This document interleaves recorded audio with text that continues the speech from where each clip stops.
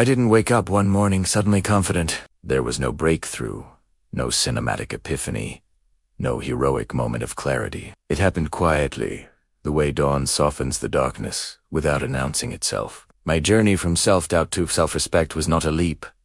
It was a returning. A remembering. A gentle rebuilding after years of abandoning myself in the name of being kind, being easy, being enough. This is what the process really looked like. 1.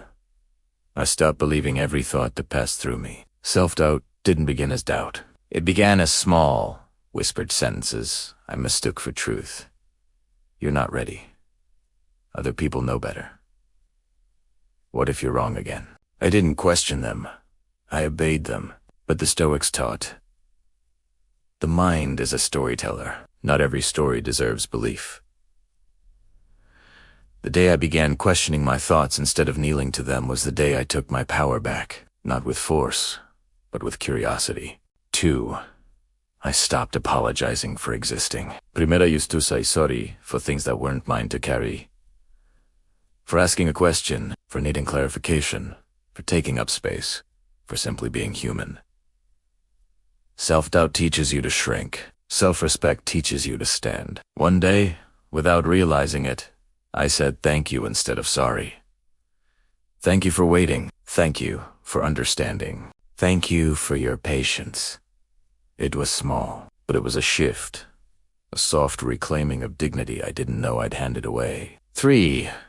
I stopped treating everyone else's opinion like scripture. I used to bend myself into shapes that weren't mine just to fit the expectations of people who didn't even know my soul. Their preferences became my compass. Their judgments became my truth. Their disappointment felt like a verdict. But slowly, quietly, I realized something liberating.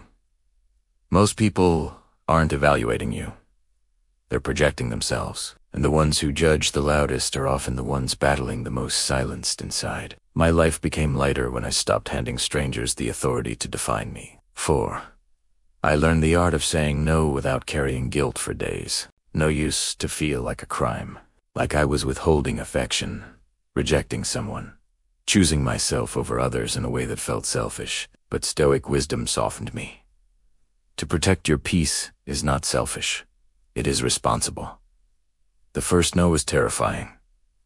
The 10th felt like breathing. By the 100th, I realized no was not a wall. It was a doorway back to myself. 5. I stopped waiting for permission to value myself. 4 years. I wanted someone wiser, someone older, someone qualified to validate my worth. I wanted proof I was allowed to trust myself. But self-respect doesn't appear because someone hands it to you. It grows when you decide you're done betraying yourself. It grows when you choose discipline over self-neglect, truth over comfort, boundaries over longing. It grows when you finally believe your life is your own to build, to protect, to honor. 6.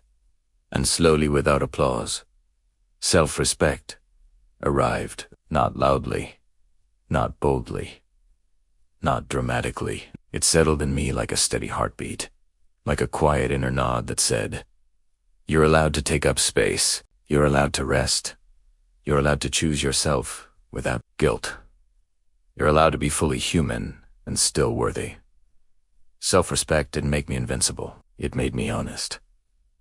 With myself, with others, with the life I'm no longer willing to live halfway. If you're on the path from self-doubt to self-respect, don't look for sudden transformation. Look for the small moments when you tell the truth gently. When you choose peace over approval, when you honor your needs before your fears. Self-respect grows in whispers, not declarations.